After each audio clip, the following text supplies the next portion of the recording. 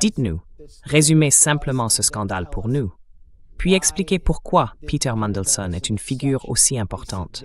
C'est quelqu'un qui n'a pas vraiment hésité à commenter par le passé et qui a déjà été au centre de nombreux scandales. Mais celui-ci pourrait bien être le coup de grâce. Alors, que se passe-t-il et qui est-il?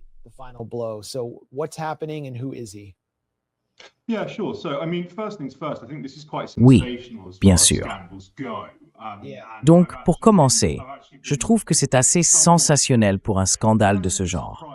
Et j'ai été plutôt agréablement surpris par l'attention que les médias britanniques y consacrent. Bien sûr, il y a beaucoup de bêtises à propos d'Epstein, qui aurait été un agent russe, ce qui est complètement absurde. Mais le fait est que, oui, les médias s'en prennent assez violemment à Andrew Mountbatten-Windsor, l'ancien membre de la famille royale, et à Peter Mandelson. Je soupçonne fortement qu'ils servent de boucs émissaires, qu'ils ont déjà, en quelque sorte, été sacrifiés de toute façon.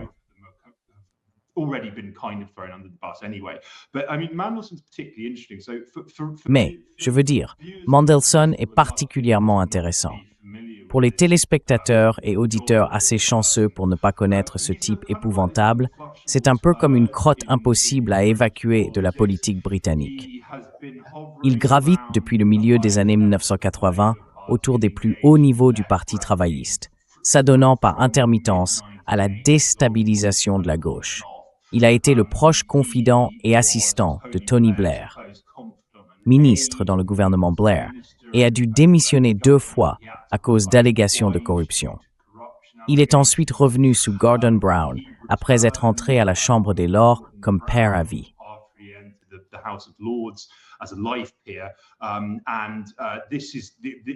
Et c'est cette période, de 2008 jusqu'à la défaite du Parti travailliste aux élections générales de 2010, qui a suscité le plus de controverses concernant sa relation avec Epstein.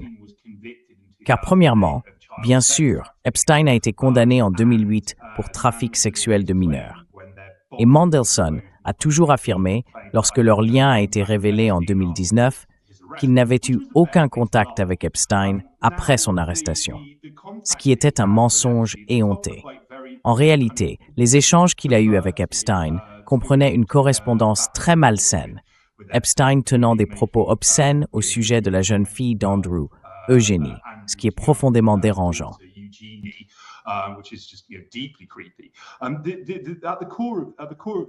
Au cœur du scandale se trouve le fait que Mandelson transmettait des informations sensibles, y compris des communications gouvernementales totalement secrètes et classifiées, à Jeffrey Epstein. Cela comprenait un avertissement préalable indiquant que le gouvernement britannique allait nationaliser les banques à la suite de la crise financière. Une information dont Epstein aurait pu tirer profit, ou dont il connaissait des personnes susceptibles d'en tirer profit. Il a également communiqué des renseignements selon lesquels un plan de sauvetage allait être accordé à la Grèce bien avant son annonce officielle. Il s'est même vanté d'avoir personnellement poussé Gordon Brown à démissionner. Il l'aurait en quelque sorte forcé à se retirer après les élections générales de 2010. Et oui, c'est totalement illégal. C'est une violation de l'Official Secrets Act et du Code de conduite ministériel en matière de fonction publique.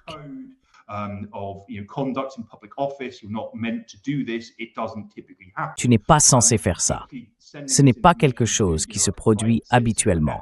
Surtout pas l'envoi de ce type d'informations à un citoyen privé comme Epstein, sans même parler de son passé criminel.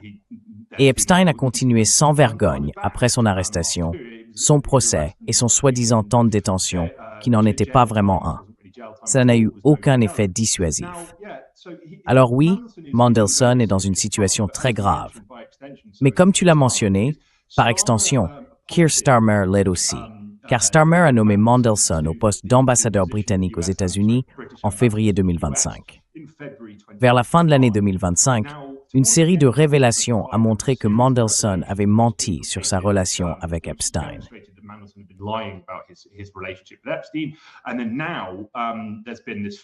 Et maintenant, il y a eu cette avalanche de, vous savez, environ 3 millions d'emails dans lesquels Mandelson apparaît de manière assez marquée. Il est clair qu'Epstein a prêté ou offert d'importantes sommes d'argent à Mandelson et à son partenaire. Comme je l'ai dit, Mandelson transmettait à Epstein des informations privées très sensibles en secret. Il est presque inconcevable que les services britanniques de sécurité et de renseignement n'en aient pas eu connaissance. Lorsque Mandelson a été nommé à ce poste, cela a provoqué beaucoup de controverses en soi, et cela uniquement sur la base des informations publiques disponibles concernant son lien avec Epstein. Donc, je veux dire, c'est plutôt grave, et cela renvoie une image absolument désastreuse de Keir Starmer, car il y a eu de nombreuses tentatives pour redorer son image. Et l'un des messages de propagande centraux à son sujet est qu'il est très raisonnable et sage, et aussi un type bien.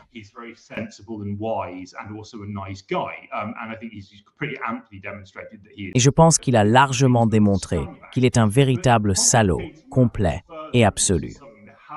Mais pour compliquer encore les choses, et c'est un aspect qui n'a pas vraiment suscité beaucoup d'intérêt médiatique, il y a le fait que Morgan McSweeney, qui était en quelque sorte une figure à la Rasputin pour Keir Starmer, et qui a participé à toutes ces opérations visant à neutraliser la gauche au sein du Parti travailliste, que ce soit en interdisant définitivement à certaines personnes d'en être membres sous de faux prétextes d'antisémitisme, ou il a créé un site web appelé Stop Funding Fake News, spécifiquement pour faire tomber The Canary, un site pro-Corbyn et de gauche qui gagnait énormément en popularité.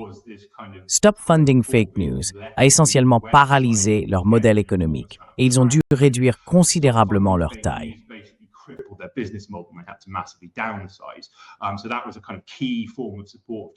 C'était donc une forme essentielle de soutien à Jeremy Corbyn qui vient d'être brisée à la suite des manigances secrètes de McSweeney. Mais Morgan McSweeney lui-même est un fidèle acolyte de Mandelson. Il a été formé aux sombres et sales arts de la politique par Mandelson, qui, dans les années 90, était largement connu sous le nom de Prince des Ténèbres. À vous d'en tirer vos propres conclusions sur les raisons de ce surnom. Et oui, Morgan McSweeney reste une figure très puissante et influente de la politique britannique. Fait intéressant, la réaction initiale de Starmer à ces révélations concernant Mandelson a été de dire « Eh bien, j'envisage de renvoyer Morgan McSweeney en raison du lien étroit entre McSweeney et Mandelson. »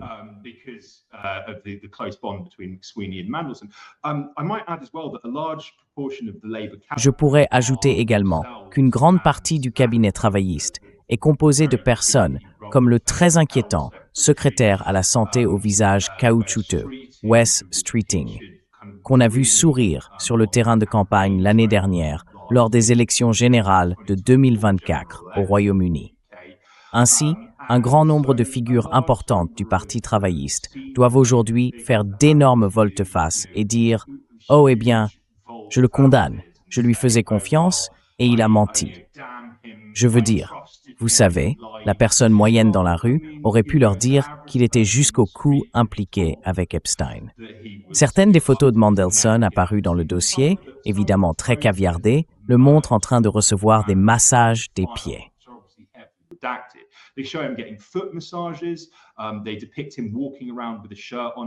On le voit se promener en ne portant qu'une chemise et un sous-vêtement, ce qui est extrêmement glauque. Ce n'est clairement pas le genre de tenue qu'une personne normale choisirait, encore moins qu'elle accepterait d'être photographiée ainsi. Donc, je veux dire, il y a aussi plein de bizarreries en plus des trucs à connotation sexuelle, où Mandelson montre clairement une sorte de nostalgie pour la compagnie d'Epstein, et lui envoyait, tu sais, des emails du genre « Tu ne penses plus à moi, je te manque. » Et tu vois, blabla. C'est vraiment étrange, je le trouve juste un peu agaçant. Ah oui.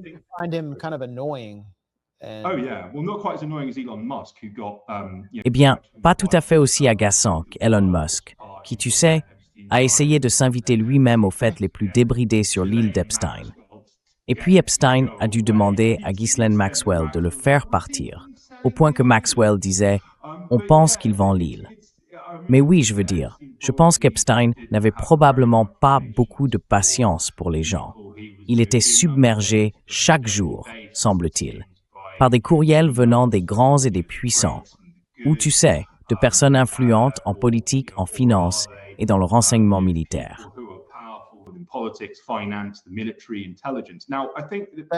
Je pense qu'il est possible que l'email d'Elon Musk ne soit pas authentique. Je veux simplement être très clair à ce sujet. Et vous savez, les emails de Mandelson sont pathétiques.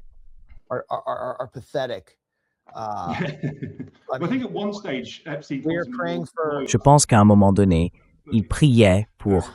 Enfin, ils sont vraiment, vraiment glauques. Ils priaient pour un Parlement sans majorité. Ou à défaut, pour un jeune homme bien bâti. Qu'en penses-tu? Eh bien, ça fait référence à la période des élections générales de 2010, quand on prédisait largement que le Parti travailliste allait perdre.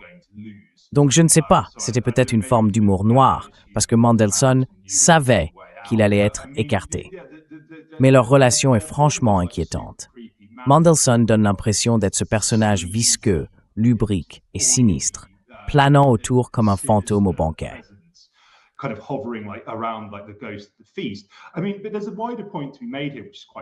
Je veux dire, il y a un point plus large à soulever ici, et il est assez sérieux. On retrouve une sorte de fil conducteur dans beaucoup des emails publiés d'Epstein. Lui et ses associés cherchent à tirer profit de la misère et de la destruction à l'étranger. Ainsi, il y a un email d'un Rothschild datant de mars 2014, juste au moment du coup d'État de Maïdan, où ce Rothschild dit « Vous savez, il y a beaucoup d'opportunités ici. » Et en 2011, juste avant que Kadhafi ne tombe face aux rebelles, un associé lui a envoyé un message pour dire « Je travaille avec des vétérans du MI6 et du Mossad pour dépouiller la Libye de ses actifs. »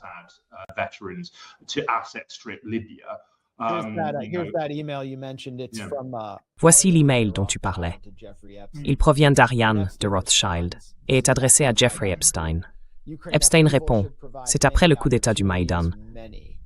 Les bouleversements en Ukraine devraient offrir de nombreuses opportunités.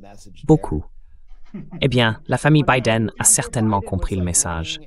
Hunter Biden dirigeait en quelque sorte un réseau parallèle à celui d'Epstein à travers l'Ukraine.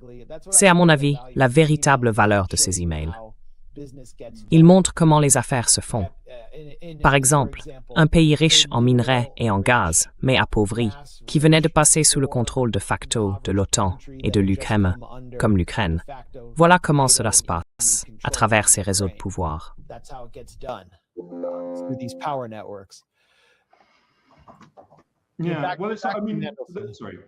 Oui, enfin, je veux dire. Désolé, vas-y. Oui, enfin non. Je veux dire oui, il est assez clair que l'un des principaux centres d'intérêt d'Epstein était, tu sais, de savoir quels événements se produisaient dans le monde, comment il pouvait en tirer profit et comment ses amis pouvaient en tirer profit. Et j'ajouterais aussi qu'il y a certains échanges avec Peter Thiel où Epstein explique que le chaos est une stratégie délibérée des États-Unis et que cela crée des opportunités pour eux. Parce que tu sais, si la moitié du monde est en feu, d'une manière ou d'une autre, dans l'esprit du capitalisme du désastre, tu peux en tirer un profit énorme, directement ou non. Mais oui, je veux dire Mandelson est clairement, tu sais, un informateur. À qui Epstein transmettait ces informations n'est pas forcément clair. Mais tu sais, nous avons rapporté dans The Grey Zone qu'il avait effectivement des contacts avec plusieurs services de renseignement étrangers, y compris le Mossad, et qu'il leur transmettait régulièrement des informations.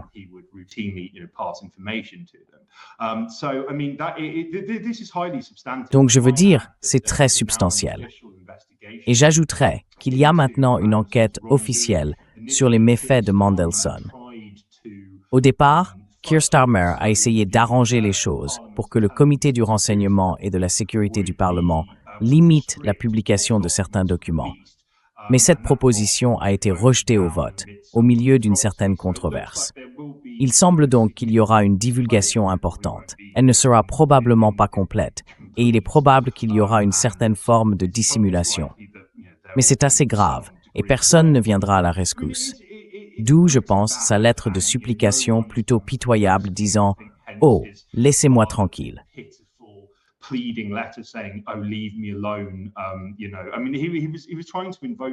Tu sais, je veux dire, il essayait d'invoquer des pouvoirs relevant du code de la presse qui sont généralement accordés aux familles endeuillées des victimes de meurtre.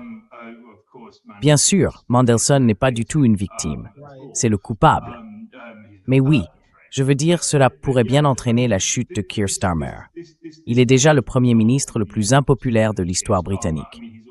Starmer a prononcé ce discours très étrange où il semblait au bord des larmes, affirmant « Oh, il a sorti la formule habituelle. Eh bien, Mandelson m'a menti et c'était une erreur de jugement de ma part. J'aurais préféré ne jamais le rencontrer. » Blabla. Je veux dire, ça va pas passer. Je pense que surtout maintenant, c'est intéressant.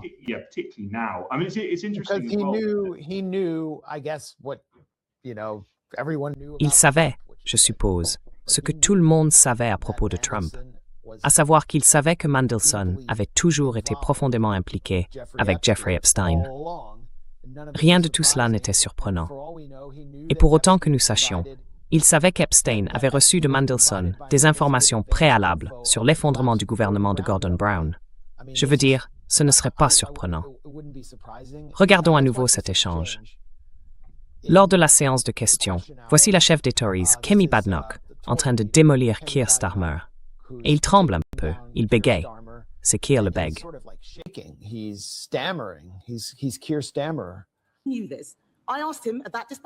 Je lui ai posé la question à cette tribune. Il a accordé toute sa confiance à Mandelson, à cette même tribune. Non pas une fois, mais deux. Il ne l'a renvoyé qu'après avoir subi des pressions de notre part. Je demande au Premier ministre quelque chose de très précis, pas sur les généralités, ni sur l'ensemble de la situation.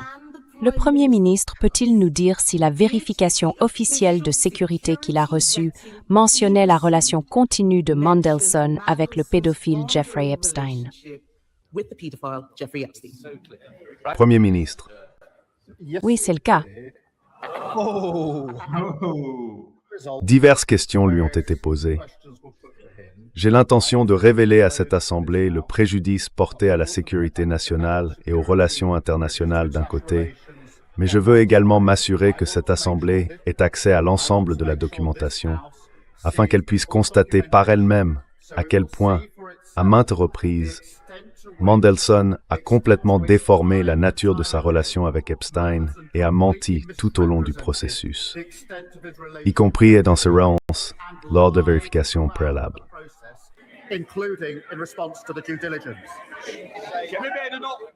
Monsieur le Président, je trouve choquant ce que le Premier ministre vient de dire. Comment peut-il affirmer qu'il savait alors qu'il vient de demander à Peter Mandelson si la vérification de sécurité était vraie ou fausse? C'est un homme qui avait déjà été renvoyé 2 fois du gouvernement pour comportement contraire à l'éthique. C'est absolument scandaleux. Et c'est pourquoi, plus tard aujourd'hui, mon parti demandera au gouvernement de publier tous les documents relatifs à la nomination de Mandelson, pas seulement ceux que le Premier ministre veut bien nous montrer. Parce que ce gouvernement essaye de saboter cette publication avec un amendement qui lui permet de choisir ce que nous voyons, l'homme même qui a nommé Mandelson au départ. Les députés travaillistes doivent maintenant décider s'ils veulent être complices de sa dissimulation. Le Premier ministre peut-il garantir qu'il ne retirera pas le fouet à ceux qui refuseront de voter pour son amendement de blanchiment?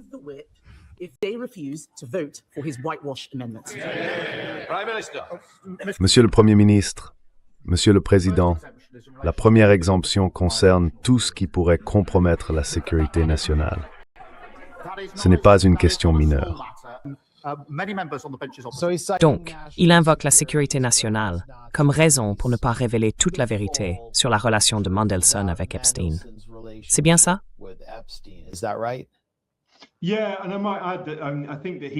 Oui, et je pourrais ajouter que je pense qu'il a développé ce point lorsqu'il a dit que Starmer affirmait qu'une divulgation complète pourrait menacer nos relations avec notre allié le plus proche, ce qui était un code pour les États-Unis, et un troisième pays, qui signifie vraisemblablement Israël. Je veux dire, que ce soit une opération psychologique ou non, je n'en sais rien. Mais les médias adoptent maintenant la position selon laquelle l'administration Trump pourrait être offensée s'il y avait une divulgation complète, et que c'est une autre raison de ne pas publier les dossiers. Franchement, Il semble vraiment que l'IFC avance à plein régime sur cette affaire.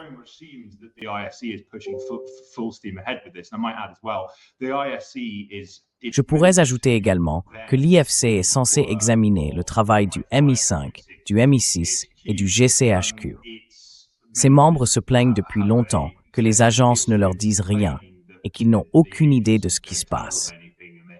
L'été dernier, le chef de l'IFC a publié une série de déclarations extrêmement virulentes, affirmant que leur financement avait été tellement réduit qu'ils ne pouvaient plus faire correctement leur travail, tandis que des milliards étaient dépensés pour des opérations d'espionnage au pays et à l'étranger, dont l'IFC n'avait aucune connaissance. Starmer avait promis de leur accorder une injection de fonds, mais ne l'a finalement pas fait.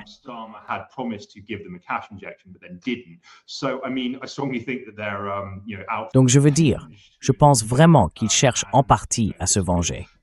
Et cela pourrait être très très accablant. Mais comme je le dis, je pense que c'est encore, dans une certaine mesure, une opération de divulgation limitée. Même si c'est en quelque sorte une amélioration par rapport à un porte-parole du ministère de la Justice, affirmant que personne ne sera poursuivi à la suite de ces dossiers, tout en reconnaissant qu'ils contiennent des images de mort et de viol. Et ils disposent de ces informations depuis Dieu sait combien de temps, sans rien en faire, malgré le fait que de nombreuses personnes en vue y sont nommément citées. Certains noms sont caviardés, d'autres non.